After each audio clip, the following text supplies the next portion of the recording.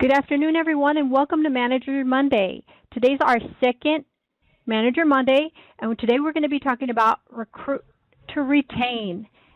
We have various presenters today. We have Brenda Schofield from Region 5, and we have Sylvia Uralugo and Christopher Sheffield from Birdsville ISD. I am your host, Olga Escamilla, and we also have our moderator, Robin Booth, that will be joining us today. Today, we have Brenda Schofield from Region 5. She's the Director of Adult Education and Literacy, and she has loved adult education since she was 17 years old, when she was first volunteered as a literacy tutor for adults with special needs. Brenda has more than 30 years of experience and is an AEL Director, and she's seen firsthand the positive impact AEL programs make in the lives of our students. So she enjoys decorating, gardening, cooking, and spending time with her family, including her young grandchildren, Ian, Logan, Olivia, and her newborn granddaughter, Gentry. Welcome, Brenda. And we also have Sylvia Uralugo, and she is a grant coordinator with 11 years of experience. She holds a bachelor's degree in education from Mexico, and she was able to transfer and evaluate her credentials in the USA in order to work as a grant coordinator director. She graduated from the University of Mexico with a major in science to teach grades 6 through 12. She started managing a very small program that's grown every year in order to serve the community needs. And she has a passion for adult education, and she loves to help and serve people.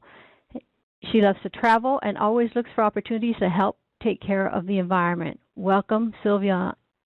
And our last but not least presenter is Christopher Sheffield, and Christopher has been with the Birdville Adult Education for 3 years. He's a career pathway navigator as well as an intensive course and curriculum specialist.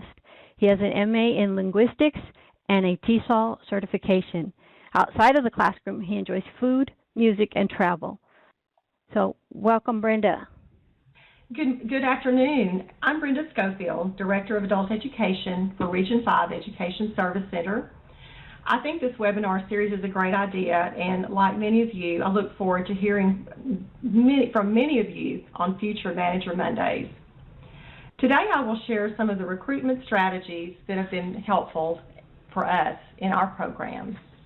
Our Region 5 Adult Education and Literacy Program serves the Southeast Texas workforce area, which includes Hardin, Jefferson, and Orange counties. The area has a population of almost 400,000 people. And this area includes the cities of Beaumont and Port Arthur, as well as rural areas throughout the 3 counties. Geographically, we are located 100 miles east of Houston and about an hour northeast of Galveston. Hurricane Harvey devastated this area in August of 2017. Many families in the area are still not yet back in their homes. Many are still waiting on repairs to be able to return home, and some residents had to move from the area. Many of the students and several of our staff, including our own executive director, lost their homes as a result of the flooding.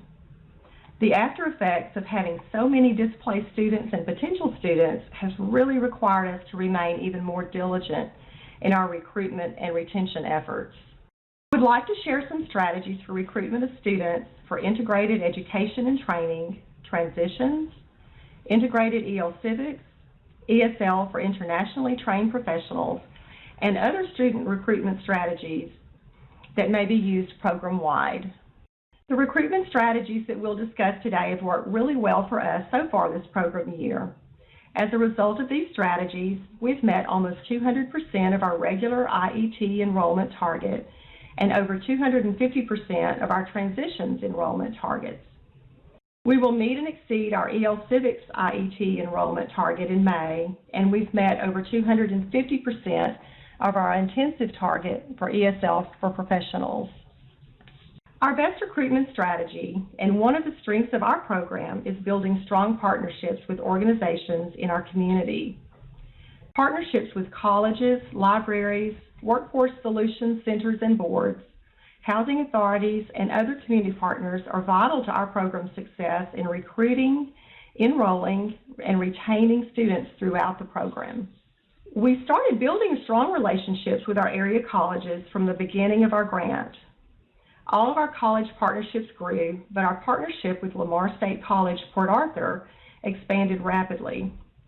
They originally provided an ESL classroom and a regular adult ed classroom free of charge, and after a short time, they provided an office for our PD coordinator, a third classroom, and a computer lab, in addition to several telephones for our program. Our relationship grew quickly because of AEL's daily presence and interaction on campus. We found that it's a huge advantage for our ABE, ASE, and ESL students to attend classes on the college campus because it helps the students make a smooth transition to training and higher ed classes since they're already comfortable in the college setting. We have a good relationship with all the colleges in our area. Our partnership with Lamar State College, Port Arthur is our strongest college partnership, so that will be the primary focus of our discussion today. Even though we had a strong ESL and general AEL presence on the campus, we needed to build and expand our relationship with the college to help our IET and transitions programs grow. Our career navigator, Danielle Grundy, has been very successful in expanding our IETs and developmental ed programs at Lamar Port Arthur. So let's talk for just a few minutes about some of Danielle's tips that helped us build our classes with the college. The first place to start building your regular IETs and transitions classes is to research the college that you're wanting to work with and find out what programs, degrees, and certificates they offer. Get the contact information for the deans and department heads of the programs that you think would be a great fit, such as certain technical programs that you may know about or your research may find is a good program. Then send an introductory email to the deans or other administrative staff and briefly explain what your program has to offer. Sending an initial email often produces quicker results than a phone call. Include the following information in your introductory email to the deans and department heads. Introduce yourself and the program. Let your contact know that you would like to provide remediation to their students through your AEL program. Ask if any of their students require or need remediation in higher level math or reading comprehension skills to complete the program, their license, or their certificate, including a developmental education. And 9 out of 10 times, the answer will be yes, of course they do. We could all use extra help. Close your email by stating that you would appreciate the opportunity to discuss more ways that your program and the college staff can work together to help students successfully complete their area of study. This closing statement lets them know that we can help improve graduation rates and retention, which is huge for colleges. And it also states that you want to talk more in depth with them. Hopefully you will receive several replies and you can schedule a meeting. Call the individuals if you do not receive responses. If you target several staff, you will likely receive several replies. So that's always a good strategy, to target more than just one. If you're ready to conduct your first face-to-face meeting, the following tips will help you have a successful meeting. First, briefly explain your program. Brag about your program success as you explain. Then, talk about the ways that the IET and developmental ed programs benefit the college. IETs and developmental ed remediation will help the college with their retention and completion rates, and the AEL program can provide certified teachers at no cost to the college. Later, AEL can share your non-PII performance data from teams to show the student growth and success. Our colleges have used this data when they submit various grant applications. They are happy to have this information, and it's great information for them to include on their grant applications. After you've talked about the benefits of collaboration, personalize your presentation by presenting a mock proposal with a mock schedule using one of the college's existing programs. You can even estimate the value of your services for that particular class. You could include instructor salaries, supplies, technology, equipment, training costs, whatever cost you will be incurring or that you may be aware of. The options, but sell the option that you know works best. Explain partially integrated classes and how remediation is provided in a separate class. Explain fully integrated classes where remediation is concurrent with the actual class. Help the college staff understand how beneficial the AEL program is to their instructors as well as to their students. Deans and department heads who are former teachers can relate to how this would have been beneficial to them as educators, so they're going to like that part. And deans and department heads who are not former teachers can empathize with how difficult it is to have a classroom full of students at various learning levels, and that AEL can take the stress off remediating these students so they are successful. The strategies that I just mentioned have worked for us when we were trying to expand our IETs and our developmental ed classes. Now let's talk briefly about those expansion efforts. So, it did work, which is wonderful, and it will work. Your meetings were a success. So now what do you do? Let's talk about IETs. Prior to each semester, our career navigator schedules a planning meeting with all the department chairs in the technical programs. At that time, they decide which classes will benefit the most by having remediation built into the course. Almost every class that we assist with is in need of math remediation. At the beginning of each semester, we go into the college to co-enroll, assess, and assist students who are enrolled in a college technical, degree, or certificate programs and who need our assistance. Here, we're providing remediation in licensed vocational nursing, commercial driver's license Class B, child care, acoustic music, pharmacy tech, medical assisting, and welding. We'll be adding drafting, cosmetology, Microsoft Office Suite certification, and instrumentation next year. We already established our cosmetology IETs in place. We were ready to get going, but those classes were canceled right before they began due to Hurricane Harvey. We assist the students who are enrolled in developmental ed at Lamar Port Arthur. And for the past year, Lamar Port Arthur has added our AEL program to their developmental ed syllabus. They made it a requirement for all developmental ed students to come to the lab for TABE pre- and post-testing and for lab remediation time with our staff.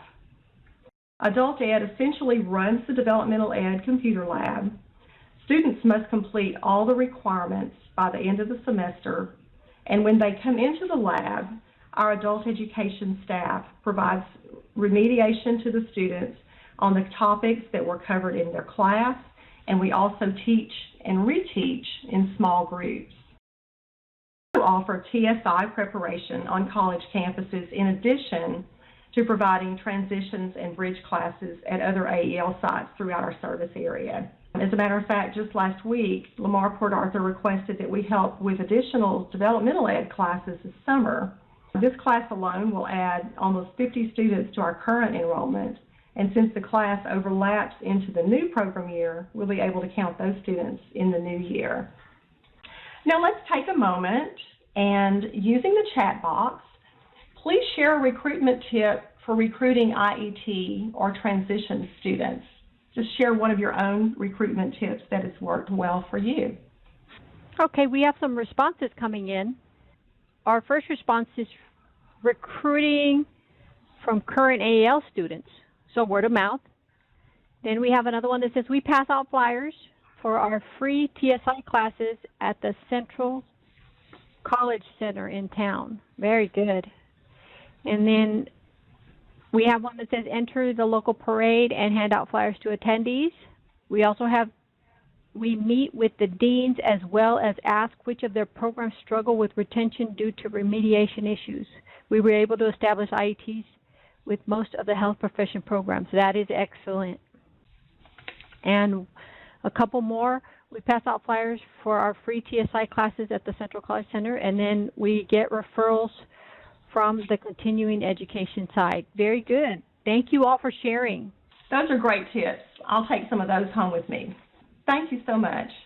Let's talk about how our program at Region 5 increases enrollment through recruitment of integrated EL Civics students. Stakeholder integration and coordination are key to meeting enrollment targets and serving students who need these services. Our lead ESL and EL Civics instructor, Claudette Session, is very proactive, and Claudette searches for trainings and certification programs for in-demand occupations that the students are interested in and that the college can provide. She coordinates with the Dean of Workforce and Continuing Education, and they both work together to find ways to offer IETs for EL Civics. The Dean of Workforce and Continuing Ed also contacts us if he finds that there are certain classes that he feels will benefit and fit in with our integrated EL Civics goals. The college is very eager to help create the IETs for EL Civics because of our partnership.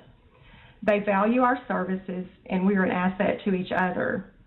If there's a high interest in a particular training program at the college by individuals who speak languages other than English, the dean will contact us to determine whether or not we can assist to create an IET and provide English remediation for that class. So that's happened several times, and that's a key strategy for us, and it's very helpful to us in our program.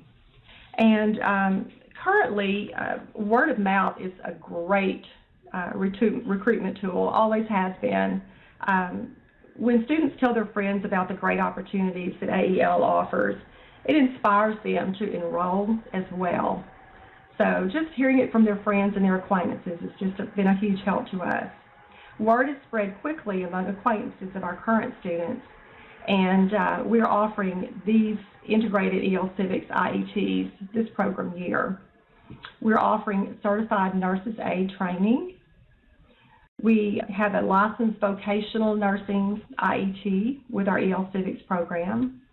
And our co-enrolled LVN students actually won the Taylor ESL Persistence Award this year, so we're very, very proud of her. Another IET for EL Civics is process technology. We also have an administrative assistant IET for EL Civics. And also this was something that we created in addition to regular training. The students who are enrolled in the Administrative Assistant IET for EL Civics are job shadowing our Region 5 Education Service Center administrative assistants, and this is for the entire service center, not just adult ed. So they're job shadowing for the month of May, and the department that they shadow depends on the student's interest, and if they have a degree, it also depends on that degree. But of course, it just mainly depends on what their focus is. And a good example is that one of the integrated EL Civics students who has a degree in accounting from another country is shadowing staff in the business office. Administrative assistants from the departments of curriculum, technology, administrative facilities, ESL, business office, special ed, and field services will guide and assist our IET administrative assistant participants during this entire experience for the month of May. And another IET, which is Microsoft Office Suite certification, started in late April, and we're adding a bilingual carpentry and sheetrock class in June. This class is located at Lamar Port Arthur, and it's free to the participants through one of the hurricane recovery programs. Another strategy for recruiting IET EL Civics students is to identify higher level current or new students and share with them the opportunities that integrated EL Civics can provide. Also, make sure to evaluate your limited English proficient students as they make progress in English during the year. And you'll find that as they gain higher skill levels, those students will be able to transition into integrated EL Civics IETs. The college will require your students' transcripts to be in English before they will be accepted into long-term training. So you might consider using your IET EL Civics funds to pay for translation of students' college transcripts from other countries, if that's in your budget and if the student need is identified. This is another incentive to participation. However, we do only provide this for students who've shown dedication through class participation. It's not something that we can provide immediately for someone who is just enrolling into our class and that we have no history with that student, since there is a pretty good expense there. Also, lower-level internationally trained professional students can transition into the integrated EL Civics program as they acquire higher skill levels. Those students can make that transition during the program year if their skills are high enough to enter an IET.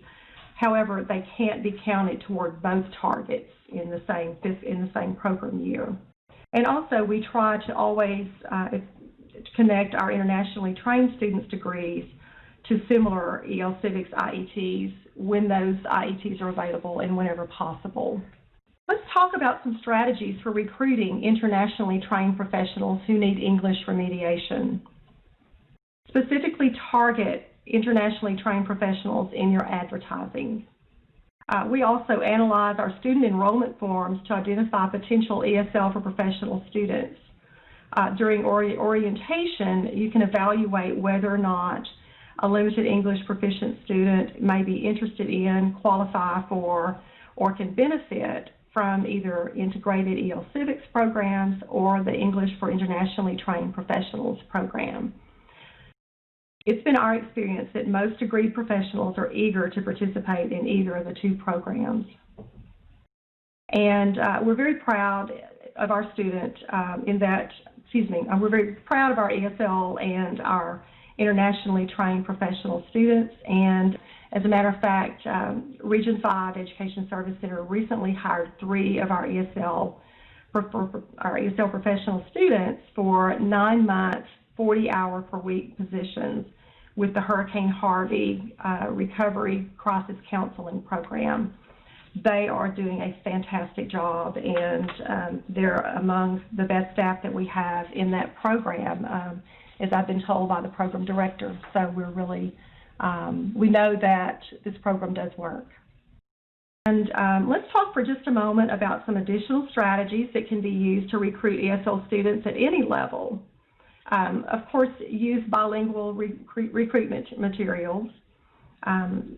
Set up a voicemail box on a phone line specifically for incoming Spanish-speaking callers if you don't have a full-time bilingual person to answer the calls.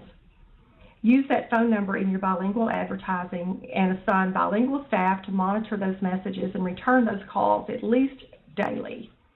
Do the same for other languages if you have the appropriate bilingual or multilingual staff available. You can also set up a specific email address so potential ESL learners can send inquiries in Spanish or other languages for which you have an interpreter. Include the email address on all your bilingual flyers and have specific staff assigned to answer those inquiries daily. Keep the website updated and consider adding a bilingual or a multilingual link to specific classes. We work with our ESL students to develop a recruitment script for Spanish radio stations and utilize students to recruit their peers by appearing in person or recording a public service announcement for the radio station. Another strategy is to invite outstanding students to attend recruitment events with you and your staff, and to tell potential students about how well they like the program, how it's been helpful to them, their success so far, and so on. Another strategy that we have found has been really helpful is to use distance learning software as an incentive for students to complete ESL boot camp. You can name this class anything you want. It doesn't have to be boot camp. We advertise that individuals who complete the first 15 hours of ESL boot camp get free access to a Rosetta Stone software virtual seat, which is a $165 value. We have very few ESL students who leave class after boot camp, and they all love the 24-hour access of the distance learning products, which of course they can use whether they stay in class or whether they become total distance learning students. This strategy aligns with the distance learning policy, but it's presented in such a way that students feel they've earned a reward for the participation in the program. Now, once again, let's use the chat box to take a moment to share some of our recruitment strategies. So, using the chat box, share one of your own tips for recruiting integrated EL Civics students or students that you may have in your intensive target, such as ESL for Professionals or any of the other intensive targets. Lori says that most of her bilingual staff actually goes out to events to recruit. That's a fantastic strategy. Carrie adds that their bilingual staff presents at small groups and local nonprofits. Thank you, Carrie. Okay, well, let's go ahead and move on in the interest of time. Okay, in addition to specific strategies that I've shared with you, we've put together a list of some general strategies that have worked really well for our program. And one of those things is modified managed enrollment. It really works best for our programs. It doesn't work for everyone, but it's been really helpful to us. New students can register at least twice each month and usually once a week with few exceptions.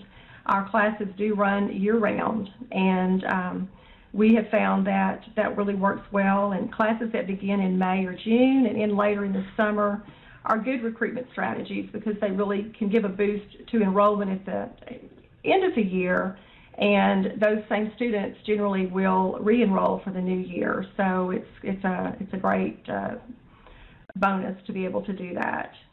We've already talked about diversifying your class locations, which is a great strategy. We have multiple classes at 20 different sites, and we only pay a nominal fee for rent at one of those sites. We also make sure that we locate our classes near public transportation.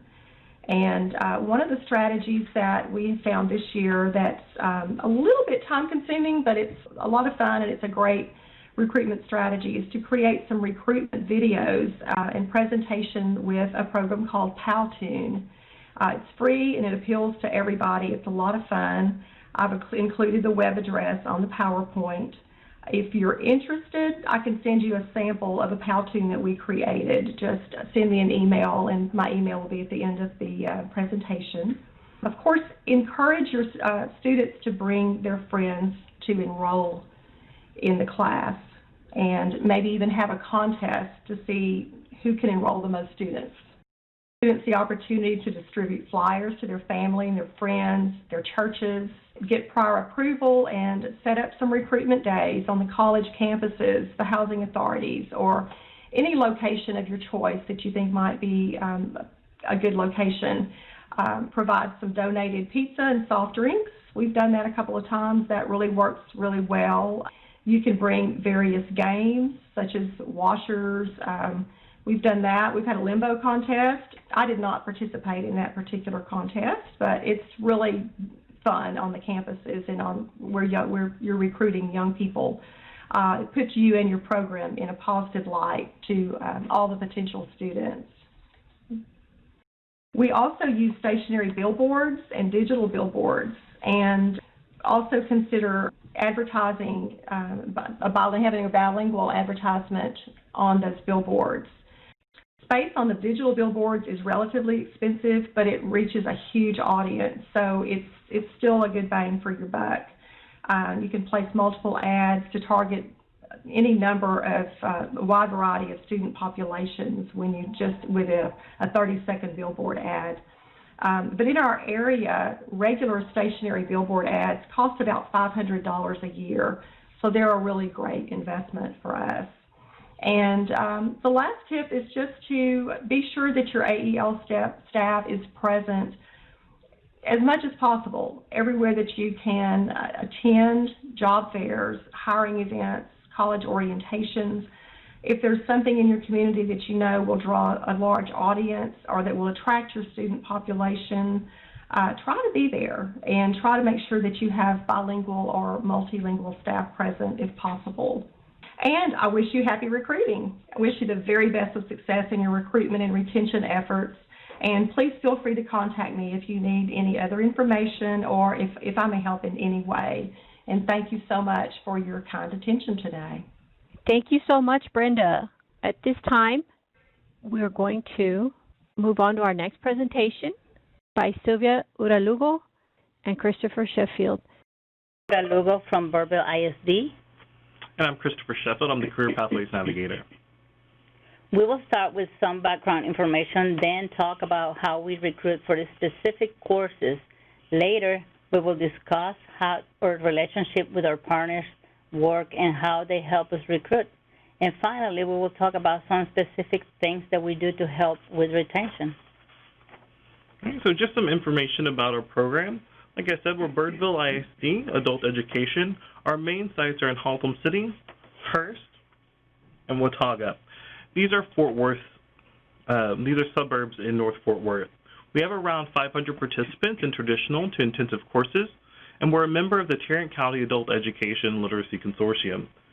Program providers who are also in the consortium are Arlington ISD, Arlington Public Library, Fort Worth ISD, and Tarrant County College. Our grant recipient is Workforce Solutions of Tarrant County, and we work closely with them.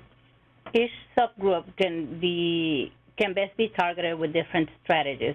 In this section, we will focus on selective targeting strategies because we believe if you offer the right courses to right students, retention will flow naturally.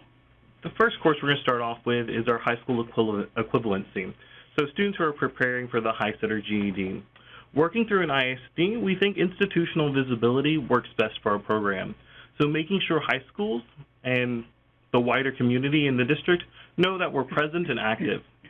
For this course, we use a more passive recruitment strategy.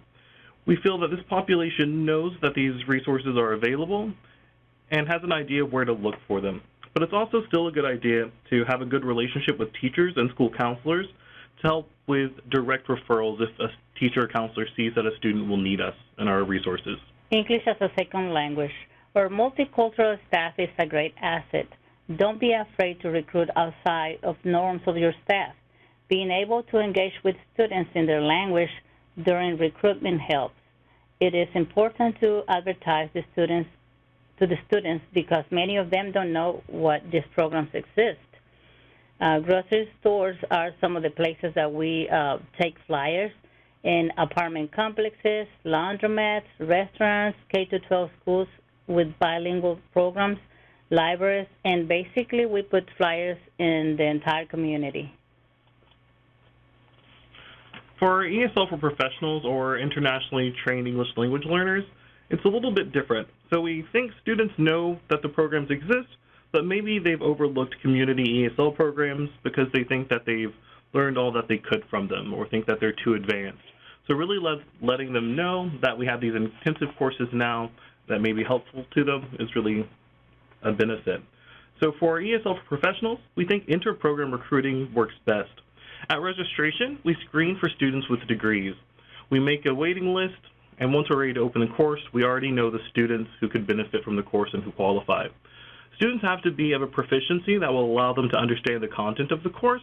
So if a student is in one of the intermediate or lower level classes, we keep them on the waiting list until next time. Also, we think referrals from students in classes are productive. So before registration opens, we go to our classes and let students know that we're opening this ESL for professional class and that they can invite their friends and family if they think they'll qualify. For our transitions, we offer this class as an extension to other courses with our partnership with Tarrant County College. We offer this course as a variety of ways, from offering it as a short-term course, 24 hours, basically if the transition class takes 24 hours, pulling students from their traditional classes for a portion of the class, whether that is an hour and a half or 1 day a week, or we place them in a traditional course or offering at the completion of the traditional course, as an alternative to transition courses focused on college preparation. Programs can offer bridge courses which prepare students for training programs like IETs. Both courses can be offered by the program independent or as a partnership. So for our integrated education and training courses, either IET or IETL Civics, students are advised of training opportunities at testing if they make scores high enough to qualify for the programs. Maybe for the Best Plus test in particular, if we see their score at the end of the test, we'll go ahead and give them information about the training opportunities that we offer and give them information about who to contact and when they can expect to hear more for enrollment or registration for those in particular. We think it's really important that when training opportunities come up, targeted sites are visited to kind of remind the students about the training and to discuss any questions that maybe the teachers don't have the insight to. Also, we think it's important for the ITs to keep in mind that recruiting windows can be negotiated to allow for newly enrolled students to complete prerequisite hours. So often when the training partner gets all the contracts signed and is ready, they're really eager to start, but go ahead and letting them know that maybe if we have 3 weeks to recruit from not only our program but outside as well, it might be the easiest way to find the most suitable students for the program. Workplace literacy. For workplace literacy courses, we partnered with the company to hold a 1-week-long drive in which we sign up students during breaks and shift changes. This is also a good opportunity to advertise about their courses offered by your program for students who are not able to attend courses at the time offered at their workplace. Sometimes they need to know what else what other programs they can reach with the same partner. Okay, we're going to go ahead and stop for a second and ask a question. So, what's your program's most effective recruiting strategy? So go ahead and just use the chat box and let us know. Definitely, I see that. Our students, they spread the word. Yeah, word of mouth is definitely great for a lot of our students, especially our traditional students. Yeah, do you know of any resources? I just caught one to help with multilingual flyers. Definitely. So we have a pretty multicultural staff in our office, so that's really helpful. But you know, when there's a language that we don't have, we've actually used some online communities, and this is kind of a good strategy for the age that we're in now. We've actually reached out to Reddit. There's a translators subreddit, and it's kind of just a message board online where people discuss things in general, but for this specific part of the website, if you upload a document, people in their free time will help translate it. This has been really helpful for Vietnamese. That's the one language where we have lots of students and a pretty large population in the area. We just don't have anyone in our office to help with that. So researching Reddit, if you just Google Reddit translator, it'll take you to that page. You can upload a document, and these nice people who have this hobby of translating can help you out there. I see another. We attend health and job fairs and give out information on classes. Definitely. I think that's a really good strategy, getting into the community and being a part of it, definitely. All right, I think we're going to go ahead and move on to the next part. So in this section, we're going to talk a little bit about our partnerships, how we choose partners, and what we do to maintain them. General strategies and types of institutions. When partnership with an organization, setting up an understanding of the mutual benefit of our program, providing a service in these institutions creates a buy-in for support. We have never been turned away by a potential partner because most of the organizations have the same end goal as us. For our first specific organization, we mentioned before that we work primarily in a school and out of a high school and in school districts. So to start a partnership with a school, start by talking with the principal, maybe reaching out by email with some of the instructions we saw from Brenda before, or a phone call as well. We like to not just work in schools, but to work with them. So being present at events like open houses and fairs can help with visibility and recruitment. Reaching out to teachers in specific programs can be helpful as well. So if you think about if you have bilingual programs for children in your area, or if there are high school classes that maybe offer second language courses geared towards heritage speakers or native speakers, those kids in schools may have parents at home who can benefit from these programs. For us, we feel that partnerships with ISDs are a really good source of traditional students. With the public libraries, I can tell that the public libraries, we have a special love for the libraries because they help us a lot. Our organization shares a similar fundamental mission. As an extension of our services to our students in the library, taking advantage of their resources also help them with their goals. Enrolling students in library cards programs, encourage them to check out books or use available technology, help the library meet their own targets of community assistance. Libraries are great resources for students in intensive courses. Now, partnering with businesses is a special kind of situation. To get started with a larger company, maybe talk to the head of HR, or in a smaller mid-sized company, maybe talking to the manager or the owner if you have access to them. Reaching out to organizations who have offered educational opportunities before can be helpful. We're currently working with Tyson's Foods for our workplace literacy program. Here we think it's crucial to discuss the mutual benefits of the partnership. These businesses, of course, are focused on production, which is understandable, but letting them know that our services will help them have better rounded employees and create a different kind of environment there is really helpful. In our situation, we've learned that factories, at least, offer students who need traditional courses. So right now we're offering an EL Civics course as well as 2 ESL courses. Also, if the business offers any incentives to students, be sure to advertise that during recruitment. Tyson Foods in particular, they incentivize the EL Civics class by being able to reimburse the students for taking the citizenship test. And also, they have agreed, at our location anyway, to give students a $100 bonus when they complete 60 hours. So don't be afraid to advertise those during recruitment, and also ask HR if there are any incentives that they may be willing to offer. Community organizations. Churches are also one of the good sites that we offer in our program. These institutions may find it difficult to add such services on their own because of staffing or materials. So one of the things that we need to do is we have to decide which students you want to target. While ISDs are good for evening classes and libraries for afternoon, in our experience, churches tend to have space in the morning. So when partnering with training providers, there are a lot of things to consider. In our consortium, the Workplace Board, as the grant recipient, contracts with local credential training providers in in-demand fields or target occupations.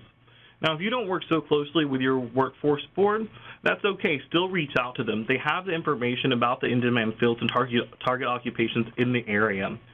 So after finding the types of credentials you can provide, maybe survey the students to see what they'd be interested in before actually building the course. Meet with the training provider to negotiate terms of the contract, including costs, schedules, and expectations. Also, we found that it's important to be sure to reach an understanding about the required contextualized support classes. The policy letters say that the students must be co-enrolled in the contextualized support class and the training program, and that may interrupt the schedule that training providers are used to. We'll let them know that this extra support will help with success for their program and ours as well. So now we're just going to take one moment. So what's a strategy you'd like to try in your program to help build partnerships? Maybe one you've thought about but haven't quite used yet. What are some good practices for going from referrals from a partner to actual enrollment? That's a really good question. So like Sylvia mentioned before, we have a pretty good relationship with our libraries. So with our libraries and all of our partnerships, really, we make sure that the people answering the phones have enough information about our program to either refer students directly to us, or in the case of the library, they're really nice and they're willing to actually set up a waiting list for us. So they'll record the names of the students and they'll pass along to us when we're ready for registration. So that's really helpful. For the students from our library site, once we get the waiting list that the library has taken for us, we'll contact the students individually and kind of invite them to registration when it opens. Community events are really good activities that we can attend, and you can find some relationships or partnership with people that offer services in the community. Definitely. Being part of the community is always a good, helpful strategy. We're going to go ahead and move on. So we're going to end with some takeaways. First, we're going to talk about some specific things that we do to keep our students, and then we're going to talk about some things that we do to maintain our relationships with our partners.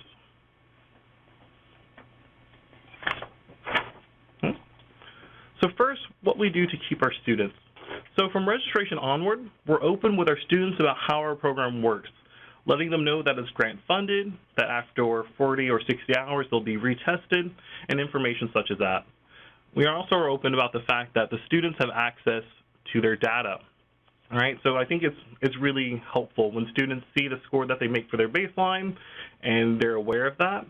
they'll often want to know what they get on their post-test, and that's a good way of kind of encouraging them to continue on in the program and to stay motivated.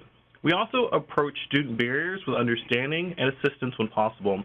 If at registration a student tells us that out of the 4 days that we have class, they can only come to 3, if we think it'll still be a benefit to the student, we try to make sure that they can get into the class. Similarly, if a student says that they have to be out for 3 weeks, we let them know at the start that that's okay. They can always come back to the program. Related to that, we monitor student data often. So if we notice a student has had really good attendance at the beginning and they've kind of fallen off and they're not showing up quite as much or have altogether stopped, we'll call them. So a couple times a semester we actually dedicate some of our time in the office to just calling students who have stopped coming and inviting them back. We think that's a really good approach. We're open to feedback as well and offer real solutions when possible. We like to give a survey towards the beginning of the course and also at the end. After the survey at the beginning, we'll talk with teachers about what the students have said, and if there's a consensus of the suggestions, we'll try to make those happen as soon as possible. Say students in a class particularly want more writing. We'll talk to the teacher and see what we can do to have more writing in the class as soon as possible. Also, we have an open door and inbox policy in our office. Every night, when students are coming to class during break, they'll stop and come in and talk to us. And we think this is really helpful for creating that environment where students not only want to come, but want to stay in our program. How our partnership works. It never hurts to reach out for potential partners. Make sure that your program is doing what it can to support the goals of your partners. It is important to form meaningful partnership with which work for your program. If the courses you want to offer aren't being filled by the students you have, it might be time to consider a new partner or a different time. It is always good to try different times, different partners, so until you find out which of the programs work better for you. Anything that we've covered or any last-minute things you want to talk about? You can kind of come up with those. I kind of want to read some of the comments we have. So Christina Mason, who works at our workforce board, she mentioned that Tarrant County also has a call center as a centralized referral and wait list, which is really helpful and comes in handy as well. Also, someone asked, do you find any particular course schedule or locations are better for different populations of our students? And we definitely do. So we found that in the mornings and afternoons, we have a lot of students who are advanced and can qualify for our intensive courses. In evenings, we tend to have more students who are there for traditional courses. Libraries are also a really good place for our intensive courses, just because a lot of the maybe degree professionals may be going there during the daytime to volunteer or to research, and they're familiar with using the resources. So finding them there is helpful. Thank you very much for listening to us. Yeah, thank you for letting us be a part of this series of Manager Mondays. Thank you so much, Brenda, Sylvia, and Christopher, for participating or for presenting here at our Manager Monday. Well, Christina says that Tarrant posts classes as well, too.